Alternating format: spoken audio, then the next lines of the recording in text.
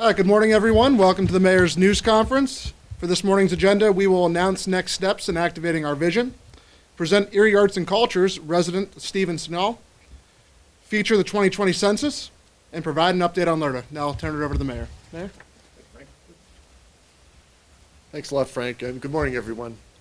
First, I'm very happy to announce that we are making significant strides in activating our vision in the short time since we announced the 26 key performance indicators about 5 weeks ago on January the 9th. Here's a great example of that. Earlier this month, the City of Erie was selected to develop a Groundwork Trust. There have been 21 of these trusts created in the cities all across the United States. Groundwork USA opened the process in 2019 to identify another city to participate. There were 10 applicants from all across the country, and Erie was selected to be the 22nd city. The next step for us now is a feasibility study. The mission of the Groundwork USA network is to bring about the sustained regeneration and improvement and management of the physical environment by developing community-based partnerships. These partnerships empower communities to promote environmental, economic, and social well-being. Our full-time grant writer, Abby Skinner, identified this opportunity, and our planning department, led by Kathy Rosdick, took the lead in pursuing a Groundwork Trust designation for Erie. The city believes Groundwork USA will help us accomplish 3 things. First, it gives residents better access to recreation. Second, it provides better maintenance on vacant lots. And third, it will improve remediation after residential demolitions.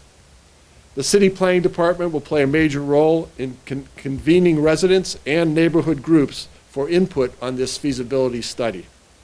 Special thanks to City Planner Kathy Rosdick and City Neighborhood Planner Aaron Carey for all their hard work on this. Now Aaron will come up and tell us more about Groundwork Erie. Aaron.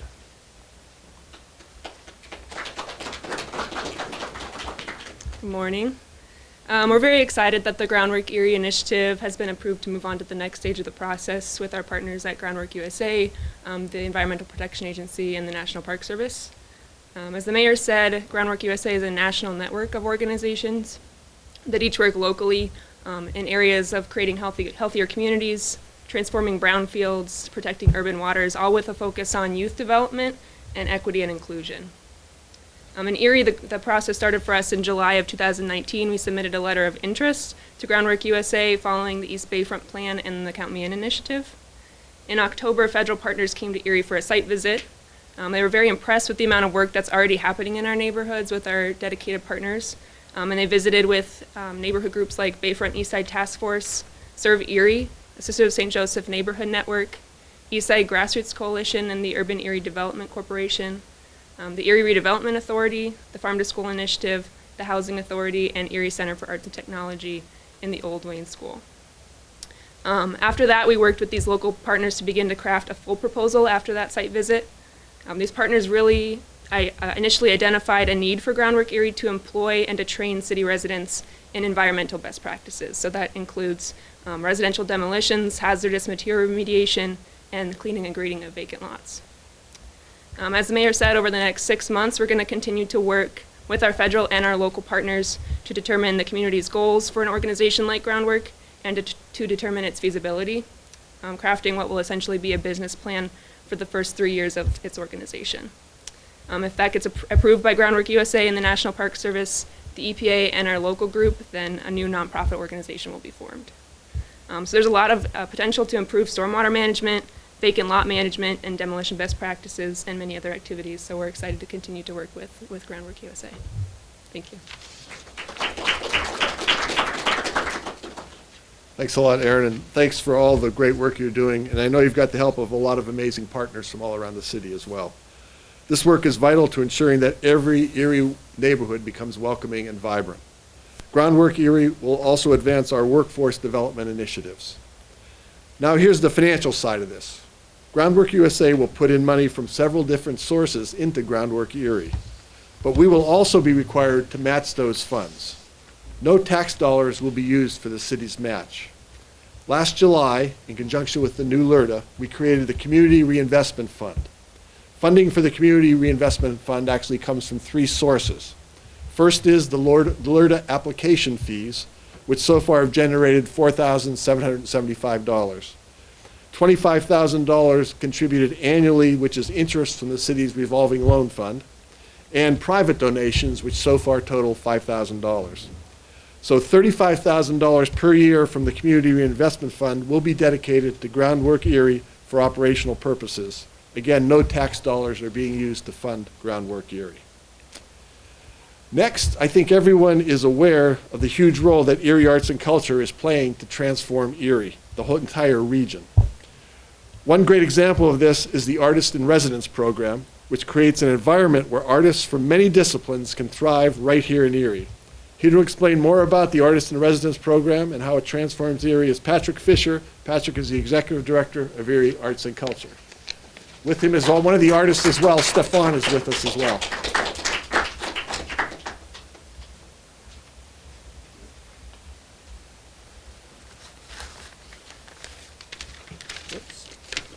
First, I'd like to thank the city for inviting us to be a part of today's weekly press conference.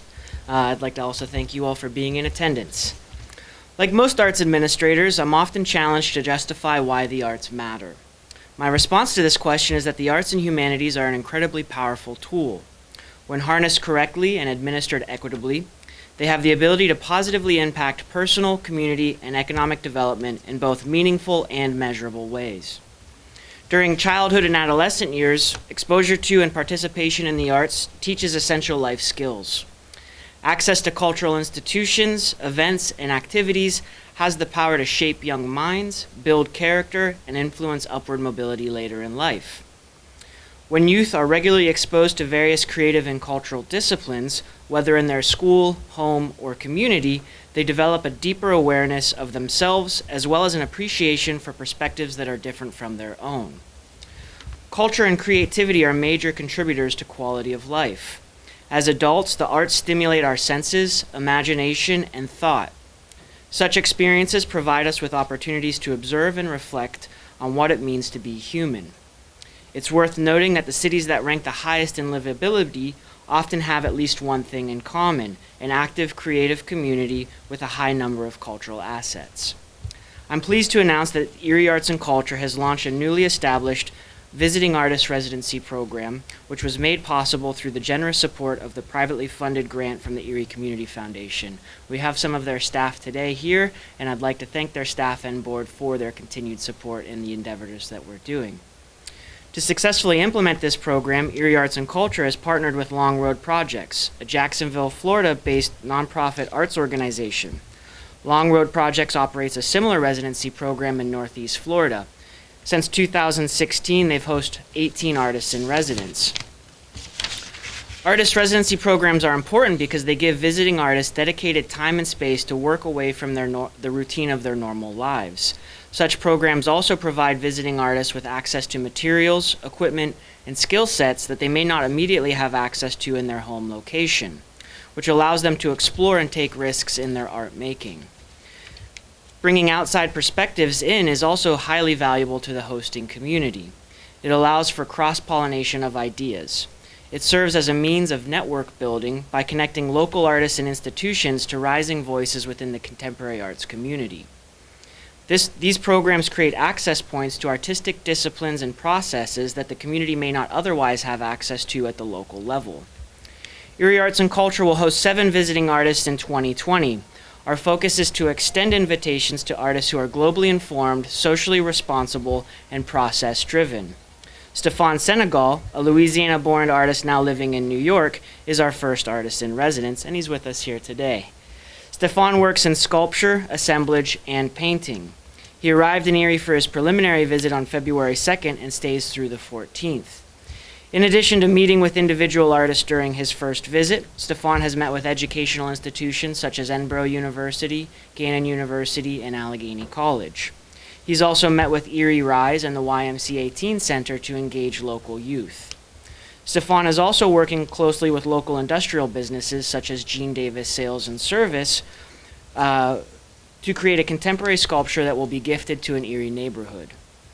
Stefan will return to Erie in the spring for a longer stay, during which he will engage the community further and exhibit the work he's created while in residence here in Erie. This initiative is part of a larger ongoing regional effort by Erie Arts and Culture to advance contemporary artistic practices. We would like to see Northwest Pennsylvania positioned as a hub for cultural and creative activity. And again, I want to thank the staff and the board at the Erie Community Foundation for their support of this initiative. Thank you.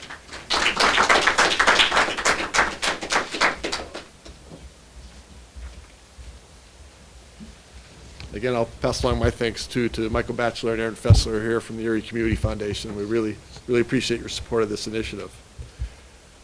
If I accomplish nothing else as mayor, I want to eliminate racism and prejudice from Erie. I want every individual, regardless of their race, religion, their ethnic heritage, the color of their skin, their gender, their sexual preference, and without regard to anything, everyone is accepted for the unique talents and gifts that I believe every individual in Erie has. This is a wonderful project you guys are doing. It'll serve to make our urban core neighborhoods much more welcoming and vibrant. I look forward to seeing the completed sculptures, and I'll learn more about Erie Arts and Culture. Anyone can visit erieartsandculture.org. Patrick, one other thing. I know you're getting ready to lace up the gloves and fight and knock out homelessness, which is next Tuesday, February 18th, down at the Erie City Mission, for the Erie City Mission. I was in the ring for the last 2 years, as you know, and as I told you, the punches you get hit with during the actual fight are a little harder than the ones you experience in training. It took me about 2 weeks to recover from one of them the last time I fought. But I do wish you the best of luck, and I'll be there to cheer you on. If anyone is interested in attending the event, it's the Bayfront Convention Center this Tuesday, February 18th. The doors open at 5:30 p.m. For more information or to purchase tickets, go to the Erie City Mission website. Next, participating in the 2020 census is the single most important event I believe that every Erie resident can do if they really want to transform Erie. The census is only 9 questions. It takes maybe 10 minutes to fill out.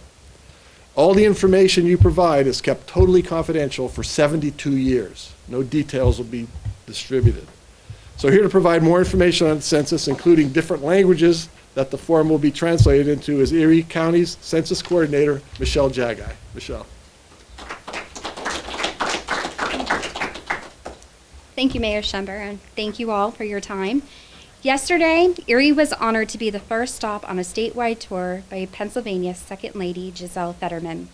If you did not have the opportunity to attend the event, it was recorded by Cam and is available on the City of Erie's Facebook page. Ms. Fetterman shared an impactful message about the emphasis on staying invisible as an undocumented immigrant. Her family practiced this mindset for their own safety. Ms. Fetterman did also point out how this affects people's participation in the U.S. Census. During the 2020 census, it is important that we count everyone living in the United States. This includes people who have been there their entire lives, as well as have only been here a short time. This includes citizens, non-citizen legal residents, non-citizen long-term visitors, and undocumented immigrants. Counting every person living in the United States is a large task, but this year it has been made more convenient and accessible with the additional response methods of online and touch-tone phone. With these additional response methods, the census form is available in more languages. In addition to English, the census form is available online and via touch-tone phone in Spanish, Chinese, Vietnamese, Korean, Russian, Arabic, Tagalog, Polish, French, Haitian Creole, Portuguese, and Japanese. The paper form will also be available for those who do not respond online or via touch-tone phone. And while this form will only be available in English and Spanish, there will be 59 different language guide forms available online to help with filling it out. The Census Bureau is seeking bilingual applicants. These jobs are part-time, flexible, and pay $16 an hour. Anyone interested can apply online at 2020census.gov/jobs. Lastly, I would like to share the U.S. Census Bureau's emphasis on confidentiality. The Census Bureau cannot be compelled to share identifying information with any entity, including ICE, the Department of Homeland Security, or landlords. Not even the President of the United States can compel this information to be shared. The census form is only 9 questions and takes about 10 minutes to complete. These 10 minutes of your time helps to ensure federal funding and congressional representation for our community for the next 10 years. Census forms will begin arriving to homes 1 month from now in mid-March. Please be visible and represented by participating in the 2020 census.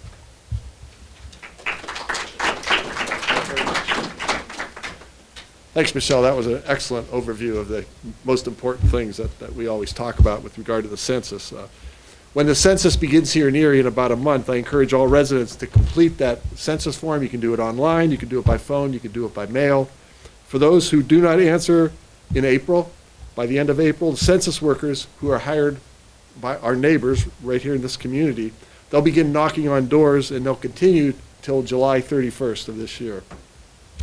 I know a lot of you have heard me say this before, but I'm going to keep saying it. Every resident we miss, we lose $2,100 in federal aid every year for the next 10 years. We know that in the 2010 census, we know for a fact, literally thousands of people in the city of Erie were not counted. If we miss just 1,000 this year, this means we'll lose $2.1 million in federal funding every year for the next 10 years. That's $21 million that we should have and we can use. I hope we can count on everyone to be counted in the census. There's no risk to doing it. If you want to learn more about the 2020 census, just go to the website, 2020census.gov. The last thing today is I want to give an update on LRTA, which has been 3 weeks since the last LRTA update. In those 3 weeks, we've had 8 new LRTA applications with a total additional investment in Erie neighborhoods of $184,700. 7 of the new permits were on the residential side. They totaled $168,700. 6 of those 7 applications were for things like a new roof, a new porch, a new garage door, walls, windows, a deck, or a new pole barn. All of these improvements are making neighborhoods better one step at a time. The 7th residential application I'm kind of excited about is for a new 4-bedroom, 1-story home. This brings us one step closer to our goal of having at least 20 new homes constructed in Erie by December 31st of 2021. The one new commercial application was for $16,000. It was for renovations on a building on West 38th that's going to change the type of business that's in that building. So as of yesterday, February 12th, 2020, in the 31 weeks since the new LRTA was enacted on July 3rd, 2019, we now have had 98 LRTA applications with a total investment in Erie of $27,627,918. I'm really, yes, thank you. I'm really looking forward to giving these reports as we approach the spring building season now. Remember, I'm expecting at least 50 million in new LRTA applications by July 3rd of this year. And that wraps up today's press conference. Thanks for being here. Everyone who spoke will be available for interviews. Thank you.